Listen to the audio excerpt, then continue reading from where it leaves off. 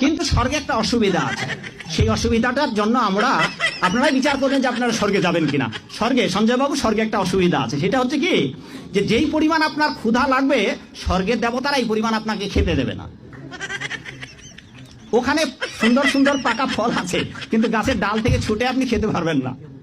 ক্ষুধার ঠেলায় আপনি জল খেতে যাবেন, ওই সরোবরে নদীতে যে স্রোতস্বিনী ধারা আছে, ওই জল আপনি হাতে উঠে খেতে পারবেন না। তো ওখানে যারা স্থায়ী দেবতা আছে, ওরা যা খাইতে দেবে আপনার তাই খেতে হবে, ফলে স্বর্গীয় শান্তি নেই। জান্নাতের সবচেয়ে বড় বিষয়টা কি? আল্লাহ পাককে আমরা এই চোখ দিয়ে দেখতে পারবো ইনশাআল্লাহ। জান্নাত মানে কি? যা ইচ্ছা তাই করতে পারবেন। জান্নাত মানে কি? আপনি চাচ্ছেন আল্লাহ আমি এখন একটা খামর চাই, শরাব আপনার সামনে হাজির, চিন্তা করার সাথে সাথে। জান্নাত মানে কি? আল্লাহ আমি আপনাকে দেখতে চাই, আল্লাহকে আপনি দেখতে পারবেন। জান্নাত মানে কি? আপনি মধুর নহর, দুধের নহর, পানির নহর, শরাবের নহর